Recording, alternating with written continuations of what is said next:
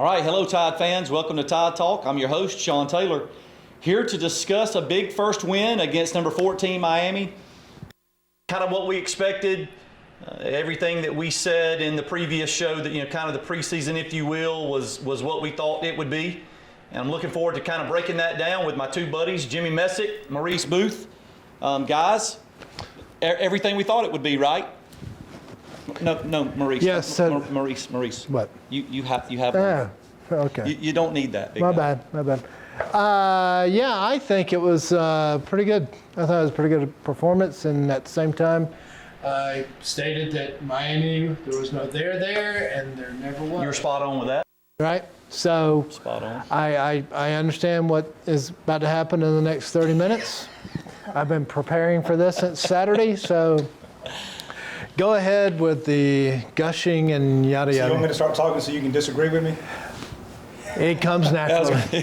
So why not? Bada bing. Yeah, bada bing, bada bing. So yeah, Tide fans, like we said, like we predicted, I thought the game went like we thought.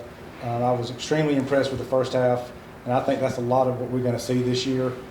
As usual, we come out in the second half a little sloppy, so that's kind of our MO. It seems like in these games when we get a big lead, we come out. Of course, the other team makes adjustments, give them a little bit of credit, but overall, I mean, I'll give us an A- for sure on how we performed first and second half. And so, again, kind of like what we talked about, a lot to a little. Wow, A-. What was the minus, by the way?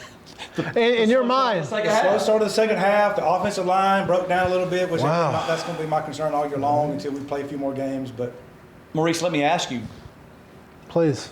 do you believe that that's a product of the environment, going in at half, up most of the time, Well, I think coming out slow because?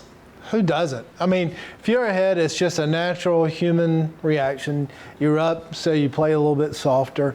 As a coach, you always want them to come out intense and all that. Unfortunately, it's just human nature to be a little lax, and it wasn't. I mean, geez, Pete, they didn't start connecting on some passes till late in the third quarter. I mean, really moving the ball at all. So there's nothing. And I thought I'm glad you asked. I thought the defense in the secondary, I thought they played phenomenally well. Listen, throughout the game, I'm watching, us play defense, and of course we talked a lot about that in the first show about how good our defense was going to be. We talked about the secondary. We talked about the guys up front. They had some connections with some passes, but if you noticed, everything was up front. We were allowing them to keep everything up front. Yes. The one thing that I was impressed with from the secondary was that they didn't beat us deep. No. The only time they beat us was the one touchdown pass, and I just thought that was a great throw and catch. We were on the guy. You talking about when he pushed off? Well, I think I texted y'all and texted another couple of friends. That's the greatest stiff arm I've seen by a wide receiver. We got that. And you know why Before, because you wasn't at my house watching it with us. I wasn't invited. Yeah. Well, I was. You were invited. But your mom called and said, no, Maurice cannot come. you're a jerk. But really, I mean, the things that they did, it's almost like we allowed it. Not to say that they didn't make any good plays, but it was like, let's keep them up front. If they get inside the red zone, we'll bow our necks a little bit, and that's kind of what happened. Well, how many times we say this too when we get that lead, how kind of vanilla we go. And I read something this weekend that alluded to that, where Saban kind of backed off some of the packages and schemes, and we kind of let our players play some more one-on-one type of stuff, just kind of see what kind of plays they could make or not make. And so you have to believe. I mean, of course, with my naked eye, I can't see all that. I'm not really necessarily looking for that kind of stuff, but it does make sense when you read it and you say, oh yeah, that's probably what happened. So again, I'm guessing part of that too was, like you said, he's just kind of called the dogs back a little bit, say, all right, just line up against somebody and see if you can beat them and see if you can make a play and see what happens. Let's talk about a couple of the individual things. Number one, let's address the elephant in the room, Christian Allen going down. That, man, I hate it for that kid. Redshirt senior. Yeah. Preseason All SEC. really, in my opinion, much better than that. I think the guy's really, really talented, especially with Anderson on the other side. It's going to hurt losing him. It's losing his experience. But as we said before, next guy up. I mean, you got, Saban spoke a lot about Drew Sanders and the fact that, he's a hard worker and his work ethic, and he's smart. Dude, he plays with a lot of toughness. A great game. He did. Go back and watch him play that second half, or the whole game essentially. What do you think about that, Maurice? As far as just again that next guy up mentality, and especially with Will Anderson on the other side. I mean, gosh. Well, it's always as a backup at this level. You always have to be prepared. There is no falling asleep in the film room. Always got to be ready. It is that quick. And it was proven the other day, and sadly, and you hate it. And the bad thing is, it'll probably be one or two more. I mean, that's just the nature of the game. I agree. So you hate that, because I really thought that this kid had a chance to really, put himself in top 15 Agreed. draft pick conversation. Agreed. I thought he was going to be that much of a influence and impact into our defense overall. And I thought, Drew coming in, I thought he played really well for a backup. It's not the same, but now he is that man. Yeah. So, well, a couple of things. Man, how freakish was that? Yeah. I kept trying to figure out what exactly happened. Watched it over and I over. still don't know if I know exactly what happened, but I did see one clip of it. If it was this, I'm assuming it was his left foot that fractured, correct? Yes. So if you watch the play from a certain angle that I saw, he comes in, he grabs the quarterback, and his kind of bottom side kind of swings, his momentum, he's going so fast, and his left foot kicks the bottom of the left tackle's foot. I'm like, how does that even happen? So that's crazy. Yeah, but as you said, that's right. But I know it's part of football being hurt. But I was thinking, okay, somebody landed on it, he got rolled, he got something, but he kicked the guy's foot and fractured his foot. I mean, that's just freakish to me. It says a lot, though, about the speed in which they play. Absolutely. I mean, think you about don't look that. that fast on TV. But Right. It says a lot about that. I mean, look, while he was in there, he and Anderson wreaked havoc. it was, can I say that it was HE Yes. double hockey sticks. Yes, it was. I mean, they wreaked havoc. The thing that we haven't talked about is that this defense, it reminds me of 15, I believe it was, where you really didn't have to blitz. It was that dominating up front. And, I mean, if they put their hand in the dirt, I never consider that a blitz, but they're down and they're coming. That Miami had, I felt bad for that tackle for Miami, because the poor kid is like, brother, there's nothing you can do today that's going to stop. I don't know why, in my opinion, Miami should have brought in a fullback or an extra tight end to help him, because that kid was just getting beat all day. And we're probably going to say that every week about everybody's left tackle or whatever side maybe lies up on. Maybe. Yeah, I mean, I don't think we did a lot with respect to blitz packages and things like that. I mean, I remember listening to the commentators just say, we were getting to him with three guys, 4 guys. Man, if we can do that, it's going to be a long year for a lot of offenses. Well, let me say this, because I started my little segment ago when I said I had a couple of things, and y'all didn't never. Oh yeah, that's right. I never got to my. Generally, second. we just. I thought you did. I never got to my second one. We just But that's give you. okay. I'm pretty sure you did. The only thing, my second point I was going to try to. We're make still going there. As we talked about again, the whole reload, next man up. So just for y'all that don't know, Mr. Drew Sanders was a 5-star recruit out of the state of Texas, the #1 athlete. Now he was listed as an athlete, Right. and he's playing, Linebacker. defensive end or linebacker for Alabama.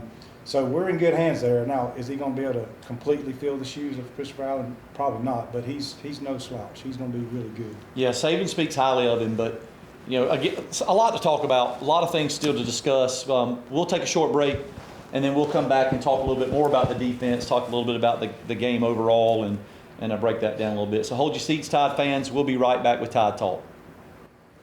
College football fans and players both want full stadiums this fall. Let's make sure we can safely make this happen by getting vaccinated. Please get your COVID-19 vaccine. We want Bryant-Denny Stadium loud again this coming season. Roll Tide.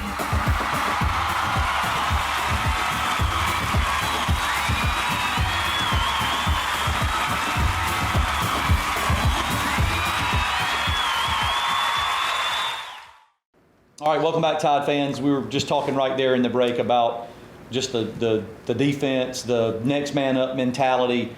You know, one of the things we mentioned in the first show was just that the linebacker spot and the depth. But guys, you know, a guy that I like to mention, we're going to talk about him a lot. It's Jalen Moody. I mean, the guy came in. You know, when you saw Allen go down, Sanders come in for him, but you saw Jalen Moody get some more reps. And man, that joker's around the football all the time. I mean, he's. I'm interested to watch him as he progresses because well, you know who else we haven't mentioned? Hey, remember, you don't need this. You have one. And look, if he gets a mic, I get a mic. I feel like he does. I feel like you're like Elvis. You know, always wanting a mic in your hand. Thank you. Thank you very much. Anywho. You know, it's funny, we talk about how dominant we were up front. One name, I don't know if he got in, but he's been there forever and is on the cusp, LeBron Ray. I didn't really see his name. I saw him on the sideline, and, you know, he kind of felt, he keeps battling injuries, has his whole career. Yes. Even as a true freshman, he got some playing time. He looked really good, and he said, this kid's going to do something. And you saw him on the sideline, and Saban had said, don't know when he's coming back. But you think about it. If he would be healthy, that defense is rabid. I mean, it's been a long time since I've seen a defense go all out every play like they did, and it was hell for the offense. And they can't because they don't have to take any plays off because we fresh legs. Run the next guy in. And listen, it's something that, you know, go back to when, you know, Marcel Darius and Deron Payne and those guys were the guys in the middle. You were hearing their names a lot. And I don't know if that was because we had a little bit of inexperience in the linebacking spot or what have you, but, you know, you didn't hear those names with respect to tackles and that sort of thing a lot, but you know they were doing their job because Anderson was high in tackles. I guess, to pronounce his name correctly, Henry Toto. Yeah, he was all over. Let's give him a nickname, HT. Let's call him HT. Christian Harris was all around the football all day long, and we had mentioned that. Yes. Giving him a chance to just run free and play fast. That joker is fast for a linebacker. Tackles, I believe, Harris. I mean, so you got to credit the guys in the middle because that's freeing up the linebackers. They're taking on two blocks or they're taking on double teams and that sort of thing. And although you may not have heard their name a lot, it was because they were fresh legs all the time and we were rotating guys in, because you even made the comment about number 50, Tim Davis, I believe. Mm-hmm. I mean, there was a few times where I saw him just wreaking havoc in the middle, maybe not making the tackle. Pick your poison. That's yeah. I'm that's not a very one good way to put it. Like I said last week, I know there's a weakness, and I'm not sitting there saying that there's not. I haven't seen it. I could literally make an argument for almost every player that steps on that field on that defense to be all conference or all American. That's how good I think they are right now. Let's see what happens as the season progresses and they face bigger challenges offensively, because I saw a good one last night in Ole Miss. Yeah. So, hey, what about the other elephant in the room? Tell us what you think about Golding then. So I know our players were there, but how do you he didn't play. How do you assess his game plan and how he handled it? Was Miami, Jimmy. It was Miami. I'm asking a question, Mo. I'm telling you, it's still up for debate. Is that the answer? Yeah. Well, there's really no debate. I mean, so could I go out there and coach that? Yes. throw the talent out there and let them do it. Unlock the chain on this one and let him run in there and tack. Yeah, I'm not. It is what it is. Okay. I was just there's no. What are you gonna vote for him for the Frank Broyles Award for Assistant Coach of the Year? Maybe. Somebody like you would. Maybe. Hey, he's probably going to be up for it with this defense. Okay, well, let's see how big you think he is come Ole Miss and Florida. Florida's in 2 weeks. That'll be a bigger challenge because they've got a quarterback that can run down there. He's good. Well, I'm telling you, based on what I saw this weekend, he better be. Well, no, Ole Miss is the only game that I think. Oh, A&M. A&M. Just go ahead and go to sleep. Do you see their quarterback? I mean, I'm talking about just from the quarterback and the potential they have as far as exploiting just everything. You're starting to sound like a Georgia fan, but go ahead. Please continue. You made your reservations? I know that's way down the road, but I'm just saying that's the game that's going to. Great lead in to quarterbacks. Guys, if there was any doubt about Bryce Young, do you, let me rephrase, do you have any doubts about Bryce Young? There was some speculation with his size, and there was some concern.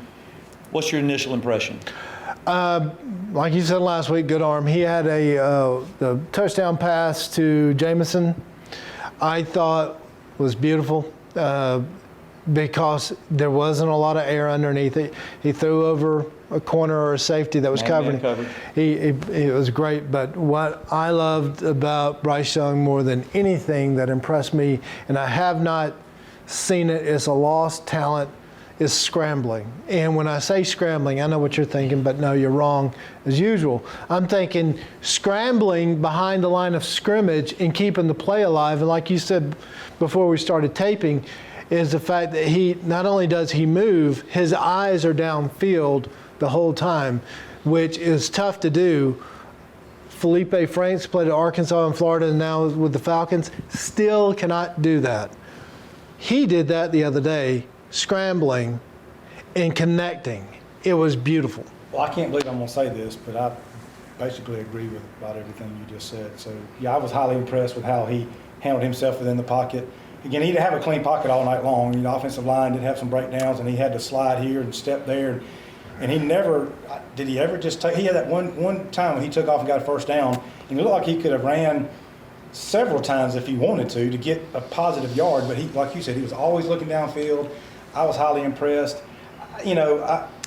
From a mechanic standpoint, I know there were several times he was off his back foot, but again, I guess it don't matter when you're hitting somebody in the numbers.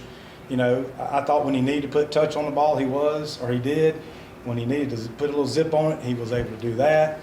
So yes, I was. I just have a really bad taste in my mouth that feel like I need to shower. You agreed with me on something. That just.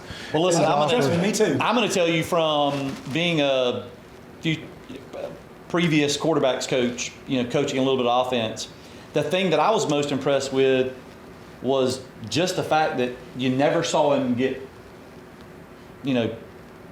frazzled, if you will. You never saw him up. You never saw him down. He kept a calm demeanor the entire time. Now, granted, we were up the entire time, but you never saw him, even when he, had to throw balls away, which I thought he did a really good job of that when he had to do it. You just saw him keep a cool demeanor the entire time. I mean, you're talking about a guy that's never taken a starting snap, steps in after Mac Jones, who, as we've said before, probably one of the best offenses ever. I mean, and has the expectations at Alabama. Now he's the guy. He's the starting quarterback for the University of Alabama. Preseason #1, national championship expectations every time you play. I just thought that the kid did a really, really good job. And you can't say enough about the fact that he can run. He has the ability. He has the legs. Everybody talks about it. But he looks to make a play with his arm. Yes. Moving in the pocket, that's great. We watched Mac Jones do it a lot last year. The difference is Mac Jones can't run. Right. This kid can. And Jimmy, like you said, there are a few times where he probably could have ran for 10, 15 yards, but he's looking to make a play downfield.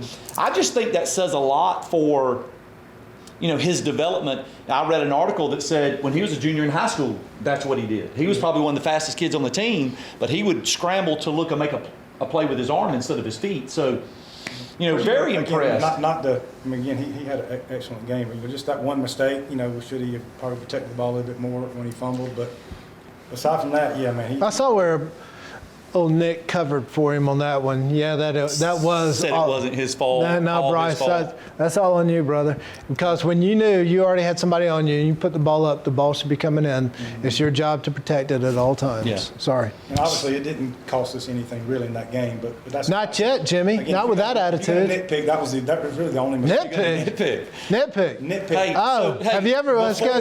Stop. Have you ever been in a film room where a coach chews you out with you up on the projector? Maybe. I doubt it. Hey, you're too tender-hearted. Guys, let's take a quick break. We'll come back and settle this debate. Got a lot to talk about with respect to the offense.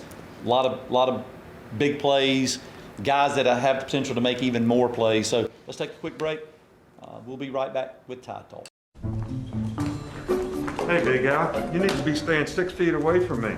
And haven't I told you you have to wear a mask when you're in this building? I mean, come on, Big Al. We're supposed to be practicing social distancing, which means we have to be 6 feet away from each other. Don't worry, Big Al. We've all been there before, buddy. Let's go get you a mask. All of us want to make sure we play football this fall. And to make that happen, we must be sure we stay at home if we have symptoms, wash your hands often, follow all social distancing guidelines, and please wear a mask anytime you're around other people. All right, Tide fans, welcome back. Guys, we're going to have to stop the nastiness between the two of you. All right, this is a family friendly show. This is not Auburn. Jimmy, it's been fun working with you. This is Tide Talk. Doors that way, brother. This is Tide Talk. Take you and your bedazzled jeans out of here. Mike has got a wire hooked up to it, and y'all don't. So I guess this is my last show. Right. Only the cool people get wireless. I thought it was a tire clip. Anyway, guys, offensively, kind of what we expected. You know, I think I predicted 45-10 on the score. You were 41-something, if I'm not mistaken. 37. Well, if you follow me on Twitter, I put 47, 45-17. But you put it after the game. I did it that morning. Hey, I actually got a couple of likes and some retweets. A lot of talent. I think the Jameis Williams kid is going to be a huge plus. We saw that in the long touchdown pass, and of course he had 4 receptions for like 130 yards, led in receiving yards. It helps when 94 of those come in one play, right? Correct. Fastest guy on the field. But did you see the article that said he reached 23 miles per hour as he caught? I mean, you know, kind of reminds me of when I was playing, but I'm just saying. You mean the guy chasing him, or? Yeah, that's what I was thinking. That's what exactly. I saw your boy JoJo. Earl. Saw him get an earful too. Yeah. I said that's Jimmy's. He's got a few more touches, but hey, look, I'm still telling you, remember that name, JoJo Earl. I rememred it. He got an earful of Saban for not lining up correctly. Did you guys see Mr. Billingsley over there with Saban? There's been a lot of conversation about that. Gosh, disappointing that a guy that could help himself and the team with respect to what he did last year is either not doing what he's supposed to do in practice or off the field. And I want him out there. He's a weapon, but did we miss him? Man, Latu was pretty good. Pretty good. A lot of praise about his play, both with the ball and without the ball. Yes. A lot of praise. I tell you that I saw him do it, but I saw all of them, which I don't know who our wide receivers coach is, but they've done a phenomenal job over the past couple of years blocking downfield. And he made a key block, and I think it was actually Williams that made another nice block on another player. And it was like, you always love to see that unselfishness. You know, if you don't have the ball, make something happen. Right. And they do. They are. Yeah, I think we have a lot of weapons. The stable of running backs is just. And I thought they all ran really well, hard with passion, and they were looking for contact. One mistake. Yeah, and kudos to Roydell Williams for staying with it and getting the ball back. I mean, true. And I think it was him made a really, I call it a paper block, and picked up a blitz, and you basically just kind of made him stumble, the linebacker stumble enough to let the play continue. Yeah, there was a couple of those. It wasn't a Najee block. Put it there. And I promise you, they're getting an earful of that in the film room, because there were some missed assignments on the running back side. But speaking of running backs, how about our boy Mr. Sanders coming back and having a good game after being hurt? I mean, if you can't pull for that kid this year. Yeah, it kind of goes back to LeBron Ray's been injury prone ever since he's been there. Same thing with Trey Sanders. Such high expectation and he comes in and he's injured all the time. He's finally appears to be a little bit, even though, to be honest, for me, looked like he was a little reluctant, to like just really let it go. It's different watching B-Rob. B-Rob gets it and he's going to hit you, as opposed to running. He's downfield. Yeah, he is getting downfield and he's looking to run over you if you get in his way.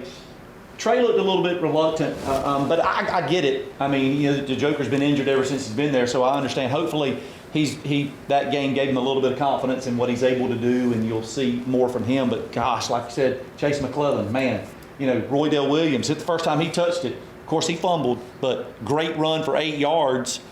I mean, just can't say enough about the running backs and the opportunity there for all of them to get playing time. But yeah, I mean, from a pure running standpoint, and again, they got to work on those assignments. But I mean, you could just close your eyes and just pick your name out of a hat. Yeah, agreed. You're going to get about the same from each one. So in other words, Brian Robinson hasn't earned the right to be number one? I didn't say that. Did I say that wrong? You kind of said you just pick a number, just saying, but I'm alluding to our depth and how good we are. I'm alluding to a depth chart. So let's be clear. And number one is Brian Robinson. It's stated. And he deserves to be there. Yeah, I agree 100%. The guy has put in the time, and man, he runs hard. He runs hard. But you mentioned the offensive line. Had some mishaps there, but with some new guys. Again, Javion Cohen got his first start. Phoenix City grad, Central High School. The left side I thought was solid all day. Yeah, happy to see. And Javion Cohen's left guard. That's why I said that. And Evan Neal, of course, All-American left tackle. He's correcting you. Yeah, he's trying to. Evan Neal is all everything. He should be top 3 or 4 pick. Yeah. I mean, the kid is that big, that strong, that quick on his feet. But he has to come back for another year. He can't leave yet. And I didn't know that Dalcourt, who is the starting center, I didn't know that was actually his first start. Man, I thought he did a pretty good job. It was his first start at center. I know that. But I thought Neal's Owens played tackle. Owens was Owens played right tackle. Played right tackle. And so, you got some experience up there. They just got to have more time together playing in those positions. Well, I told you last week we had a lot of moving pieces on the line of scrimmage. Correct. We still didn't know who was going to be the starting center leading up to the game. Right. So, yeah, the talent's there. I think, again, once they play a few times, a few more snaps together, we'll be all right there. About what we expected. Even, you called it. It just wasn't there. There's no there. There's no there with Miami. And quite frankly, it looks like it could be to the entire ACC. Yeah. I mean, early on, you'll, and that's why I was like, pump the brakes on everything. It's Miami; they're not very good. We're going to have our challenges, so let's not sit there and start making reservations. That challenge is not coming this weekend. Mercer? No. It's not coming this weekend. They're a very good law school. I'm here to say that now. I know. Say what you want. It's not coming this weekend. I'm not saying that Mercer's not a quality team. They just can't. They just can't compete. Did you see the quote Saban had though, talking about them?